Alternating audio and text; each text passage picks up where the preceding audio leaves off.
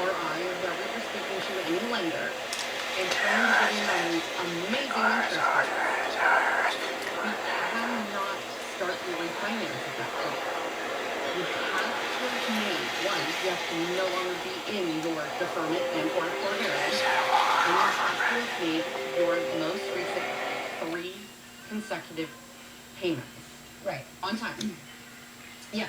So if you went into forbearance or deferment, because that's what we're finding the majority of the lenders did is put you in deferment and then said at the end of the deferment, call us and then we'll talk about forbearance, which turns into a loan modification to put all of those payments to the back of the loan. And what you have to realize is that at the point that you are applying to do that forbearance, if they grant it, that is not a fast overnight process. That is actually something that is going to take time. So while that piece is taking time, all of those payments that were deferred that are due and payable are still due and payable. So we haven't gotten to a point yet where we've actually seen anybody's deferment come off of deferment yet to know what is going to happen. But I'm going to guess that at the point that the payments that are due and you are applying for the forbearance, during that period of time, if a payment is not made and all of those back payments are not caught up, we're only going to guess that you're going to start to see late payments showing up on your mortgage. So the one thing that I would give a suggestion right now out the gates is most people got a 3-month deferment and then they extended for an additional 3 months. So the majority of the clients that I have talked to that have called me with questions about it are in their 4th month right now of their deferment, and they're being told that they can call and apply for the forbearance at any point in time. Call now. Call now.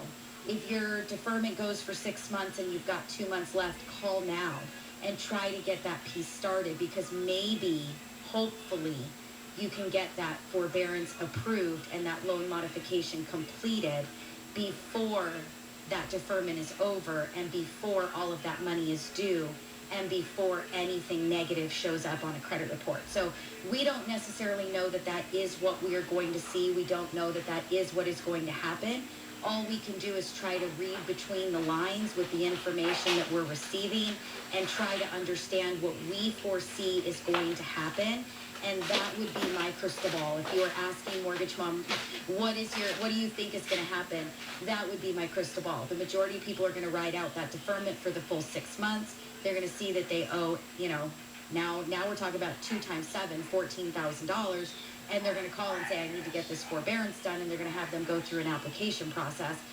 Hopefully, these mortgage companies are gearing up right now and getting, not mortgage companies, honestly, they're the servicing companies, but hopefully these servicing companies are gearing up and getting prepared for all of the applications that are going to start coming in for these forbearances that will become a loan modification. But hopefully they're gearing up for that and getting ready, and they can get that done within a 30-day period, so that even though that payment is due, they can get that finished before that 30-day mark. But I just can't see how they could get to 31 days, 45 days, 60 days, and not start reporting 30-day late, 60-day late, 90-day late, which is just going to kill your credit. It puts you in jeopardy of possibly losing your house. We just don't want to see you guys there. So if you did take the deferment or the forbearance, number one, call. You might think you're in forbearance, but you're not. So call the 800 number on your mortgage statement and ask, am I in forbearance? Is there anything I have to do after the forbearance is over? Ask the question. Be diligent, be prepared, and do it in advance. And I will say what I am finding is most of the clients I talk to say, well, I'm in forbearance. When we get their credit report, they are in deferment. Then as you start opening up those lines of communication, they say, well, yeah, but they said call and then they'll put me in forbearance. So it is 2 different things. So please don't assume that you're in forbearance. We are seeing more and more that you're in deferment, and they are 2 very, very different situations. So please read the documents that you're signing, be very diligent, read all the fine prints, and don't get stuck in a deferment that all of a sudden at the end of that 90 days or the end of the 120 days, you are not able to make those payments and get caught up. Yeah. And another thing that I want to say too is, and I want to throw this out there, and I don't think that everybody in the world is doing this, but it's really, really hard when somebody dangles a carrot in front of your face to not want to take it, right? Or candy. I would say candy, not carrot. But, when they're dangling it in front of you, hey, we're willing to offer you this deferment or this forbearance. Would you like to accept it? It's really easy to accept that, thinking, this would be really nice to not have a mortgage payment for, 3 months, 6 months, right? But if you can truly afford that mortgage payment and you don't need to take it, don't take it. We have clients right now that are coming to us where, yes, they lost one income, but there was enough income with the other person that is still working to easily afford the mortgage. And when we run the numbers, their debt ratios are absolutely fine with one working body. And the problem is that when we get that loan right now, we've been pricing loans in the very low 3s, high 2s, some of them in the mid 2s if you're looking at 15 years. Really, really attractive, beautiful interest rates. And we're getting those phone calls of people that want to take advantage of that and they want to do that refinance. And we're having to tell them, no, I'm sorry, you do qualify, yes. But even with your, wife not working, or even with your husband not working, you guys qualify, you're fine. But your credit report is showing us that you're in deferment. Your credit report is showing us that you're in forbearance. And we cannot do anything. You've got to get off of that plan, and you have to make those 3 mortgage payments for, 3 months consecutively. You can't just make one payment of 3 payments worth one payment. That doesn't work. You've literally got to wait out the 90 days and make 3 payments on time before you're going to be eligible to be able to do a new loan. So again, just keep that in mind. The other thing too that I am a little bit scared of, and I'll be honest, is there are people that have taken the option of the deferment and been told, call back and we'll do the forbearance, when we get closer to the end of the deferment or at the end. And that forbearance is going to require an application, just like a loan modification. If you think back to 2008, 2009, when everybody was doing modifications on their loans, you had to qualify for that modification. You had to show that there was a drop in your income. You had to show that you could not afford to make that payment with where you were at in the economy at that time. So if your family could have afforded that payment and you chose the deferment, I have a feeling that we're going to see these mortgage companies say, nope, no forbearance, and make the payment. Give it up, hand it over. And we're going to find people getting into trouble that had they just figured it out, they wouldn't have been in trouble. So just keep that in mind. Be diligent. A lot of people are about 3-4 months into this whole process at this point. You don't need to be on it. You don't have to have it. Call and get off of it right now. If you are on it, call and make sure that you know that you're on forbearance. If you are in deferment, get that application started if you can immediately to get that forbearance, started, because we just don't want to see a bunch of people, in a bad situation. That's what we're here for. I mean, we're not even talking about loans. We're not talking about call us. We're not talking about refinance. We're not talking about purchase. We are Mortgage Mom Radio. We're trying to educate and bring you guys very important information each week, and it just depends on what's going on with, where we're at with the economy. And this is new this year. This is something big. Absolutely. And Aunt Lori just chimed in, said hello.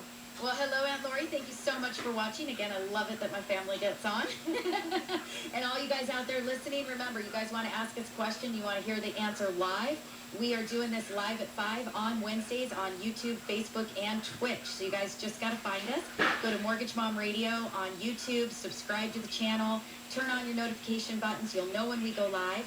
Follow us on Facebook if you prefer that. You're more than welcome to follow us on Facebook. It's Mortgage Mom Radio. Make sure you turn on the notification button. I think that there's one on Facebook, or there's a follow button or something. And then Twitch, hey gamers, I know you guys are out there. I know that you guys play. I know that there's, lots of developers, app developers, video game developers. You guys, hey, you prefer that channel? Watch us there. Everywhere you go, it's Mortgage Mom Radio. We love it. You guys have a question for us, you want to talk to us, you want to give us a call, it's 844-935-3634. That's 844-WE-LEND for you. That is LEND and the number 4. Hey, you guys like podcasts? We take this and we put it on podcast. So everybody's got a thing that they like. They like to watch YouTube. They like to listen to the radio. Some people really dig their podcasts. We are everywhere that podcasts are broadcasted. So Twitch, or not Twitch, I'm sorry, Stitch, right? Stitcher? Tune in, Yeah, Stitcher, thank you. Tune in, Stitcher, Apple iTunes, or whatever their new podcast one is. Apple changed it, and they have now their new podcast app. And Yes. is it still iTunes though? No, the podcast is its own app. Right. All right. So we're on that. We're on the Apple Podcast app. We are in the Google Play Store. I mean, anywhere you guys like to listen to your podcasts, we are there. So just look up Mortgage Mom Radio. We have been doing this for a while. The podcast goes back about 1.5 years, maybe 2 years now. Actually, I think November of 18. November of 17. I can't remember anymore. It's all bleeding together, but we've been there for a long time. So what would be kind of fun would be to go back, listen to the very beginning, and listen to how things have evolved and changed. And, over time, I mean, it's amazing how much things change every single year. We just did that episode 2 weeks ago about how did VA and FHA change from 2019 to 2020. There were some huge changes. And I think that we need to do that again. I think I didn't remember last week. I know, it's absolutely nuts. So we want you guys to give us a call. We want you to watch us live. We want you guys to put your questions in the feed. Go to our website, mortgagemomradio.com. Send us a message. Send us your question. We want to hear from you. I answer questions all day long. Maybe next week I'll pull up some of the questions that I've been receiving and read them, and then tell, we haven't done it in a long time, and tell people how I answered the question. I think that would be great. So get us those emailed questions over. You can do that right through the website. You can do it right through the phone app. So again, if you guys want the phone app, text the word MOM to 36260, and you can send us an email right through there as well. So we want your questions. We want to answer them for you, and we want to get you guys the advice that you need and the education that you need to make sure that you're taking care of you and your family. I'm sorry if I butcher this, but screen name user SollyW says, "Hi, I'm new to your channel. Thank you for your advice, especially during these crazy times." Oh, well, thank you so much. We love that. Joining us. Yes, thank you for joining us. Thank you for watching. Help spread the word. We're trying to get this YouTube channel to be bigger. It is the goal, so do whatever you can to help us. We appreciate that. And any questions that you have, please reach out. Put them in the feed. Matt's going to read them right out loud to us, and we're going to answer them for you while we're here live. So everybody out there listening, especially Saturday morning listeners on Go Country 105, we love you guys, but we want to make sure that you're getting the answers that you need. So either watch us live or get those questions to us so we can answer them for you. You can call us, you can email us, whatever you need, we're here for you. Okay, so I think, what time is it? How are we doing? We're 5:37, so we got about 10 minutes or so left. Okay. All right. So we had talked before the show, we were saying, what are we going to talk about today? The forbearance thing was a really big deal.